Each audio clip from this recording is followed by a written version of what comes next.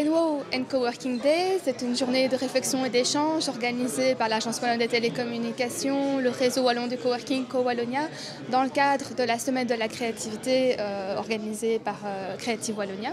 L'idée vraiment ici aujourd'hui, c'est de proposer une réflexion sur les nouveaux modes de travail réunis sous la bannière Enwo et en particulier également de présenter les espaces de coworking qui sont développés en Wallonie grâce à Creative Wallonia.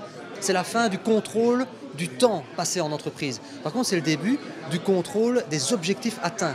C'est aussi une question de confiance. Donc on doit vraiment faire confiance à ses employés et à ses employeurs pour avoir effectivement un coworking ou un nouveau monde du travail qui fonctionne. C'est aussi les compétences et le choix. Donc de plus en plus, les employés vont avoir le choix de leur employeur. Avec la pénurie de main-d'œuvre qu'on prédit en Belgique et qu'on voit déjà aujourd'hui, ce sera de plus en plus le cas. C'est aussi le contemporain.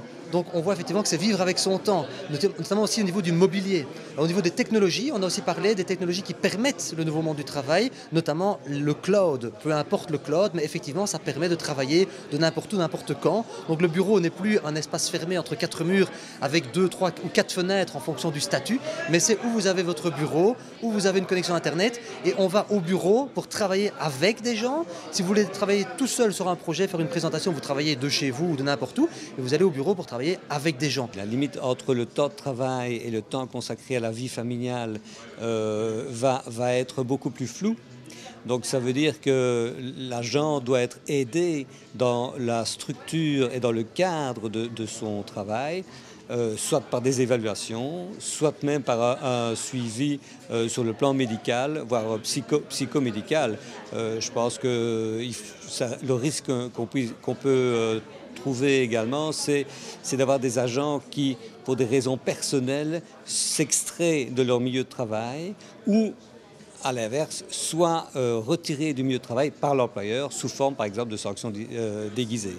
Donc tout ça doit être vérifié, évalué, et je pense que ce n'est que dans le cadre d'une évaluation de l'agent et de son contexte de travail que ça pourra se faire. Quand on met en place le smart working, on pense directement à l'économie d'espace et c'est clair que c'est un des objectifs de cette mise en place de bureaux partagés, mais je crois qu'il faut aussi profiter de l'opportunité de ce projet pour profiter de mettre en place des zones qui sont beaucoup plus, qui génèrent beaucoup plus d'interactions ou qui permettent beaucoup plus d'interactions entre les gens. Passer de bureaux individuels à que ce soit un local ou même un bureau à du bureau partagé nécessite un plan d'accompagnement très important parce qu'il faut quand même le reconnaître, c'est un gros changement qui est perçu pour les uns d'une façon très facile, qu'ils l'acceptent facilement, et pour les autres c'est un plus gros effort. Et donc le plan d'accompagnement faisait partie intégrante de notre projet.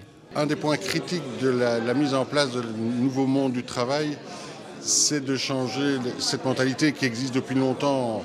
C'est de changer la mentalité, d'évaluer les gens sur le temps plutôt que de les évaluer sur les objectifs. Donc en fait, aujourd'hui, un des grands travaux que va avoir le management, c'est de bien définir les objectifs et c'est un travail relativement complexe parce qu'on va devoir définir non seulement des objectifs, mais des contraintes qui vont limiter la liberté d'action de l'employé dans son environnement de travail qui va être de plus en plus mobile puisqu'il sera chez lui ou dans un centre de télétravail ou au bureau.